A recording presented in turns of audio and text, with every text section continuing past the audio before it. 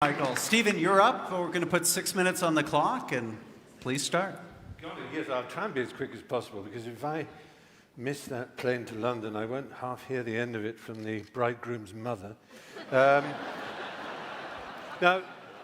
in agreeing to participate in this debate and stand on this side of the argument, I'm fully aware that many people who choose incorrectly, in my view, to see this issue in terms of left and right, devalued and exploded terms as I think they are, will believe that I am betraying myself in such causes and values that I have espoused over the years.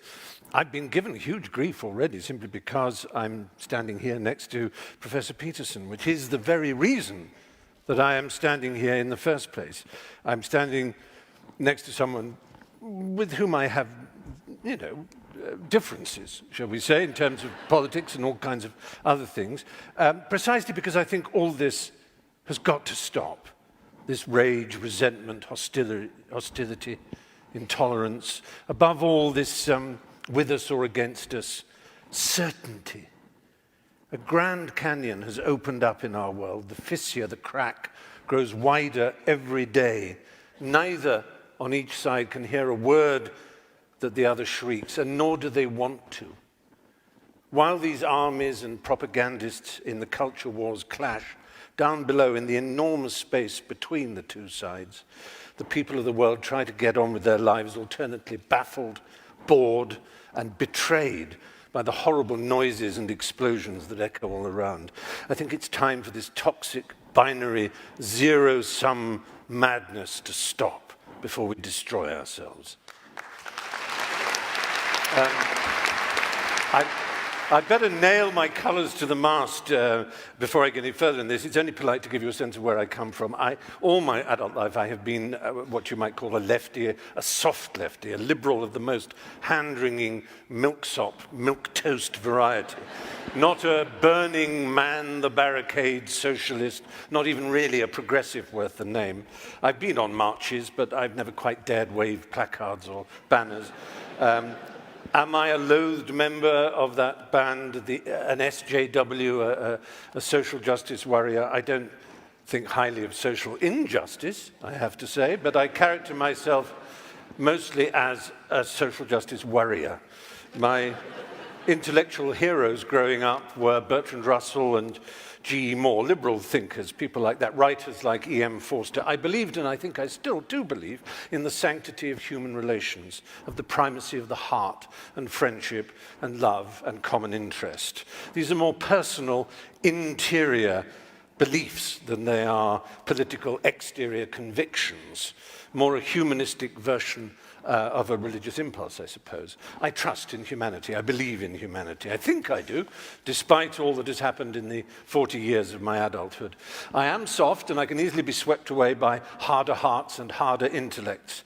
I'm sometimes surprised to be described as an activist, but over time I have energetically involved myself with what you might call causes. I grew up knowing that I was gay. Well, in fact, from the very first I knew I was gay. I remember when I was born looking up and saying, that's the last time I'm going up one of those.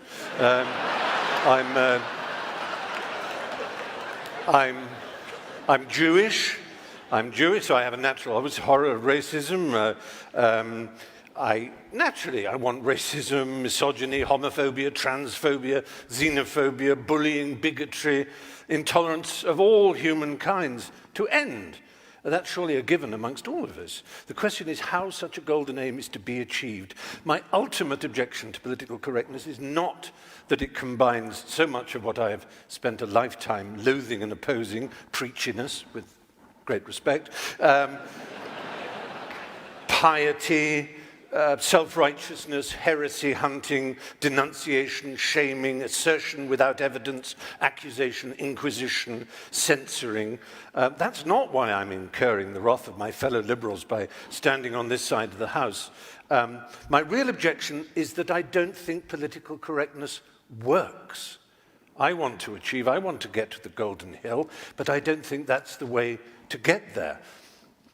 I believe one of the greatest human failings is to prefer to be right than to be effective. And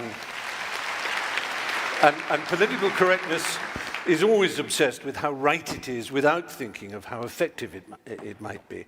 I wouldn't class myself as a classical libertarian, but I do relish transgression, and I deeply and instinctively distrust conformity and orthodoxy. Progress is not achieved by preachers and guardians of morality, but, to paraphrase Yevgeny Zemyatin, by madmen, hermits, heretics, dreamers, rebels, and skeptics. I